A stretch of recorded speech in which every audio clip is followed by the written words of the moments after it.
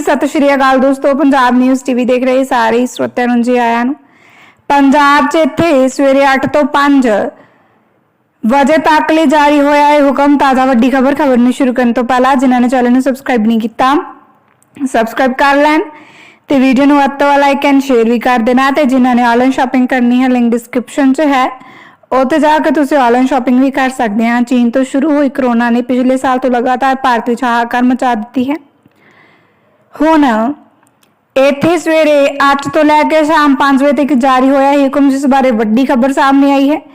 प्राप्त जानकारी के अनुसार पंजाब के फतेहगढ़ साहिब जिले विच डीसी वालों कोरोना की स्थिति के अनुसार पाबंदियां विच तब्दीलियां कीतियां जा रही ने।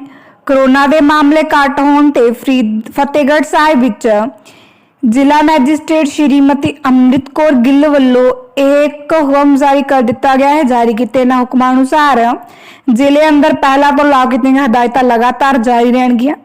उत्थे दुकानां नूं सवेरे 5 तो लैके 8 बजे तक खोले जाने के आदेश ने। उत्थे सारे जिले के लोगों को कोरोना संबंधी जारी की हदायतों की पालन करने की अपील की गई है।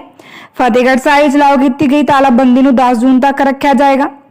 जिले अंदर निजी वाहन संबंधी लगाई गई शर्त नूं भी खत्म किया गया है। इसलिए हुण सारियां दुकानां, निजी दफ्तर अते होर अदारे सवेरे 5 तो लैके शाम 8 बजे तक खोले जा सकणगे। तब्दीली कोरोना केसां विच आई कमी तो बाद की जा रही है।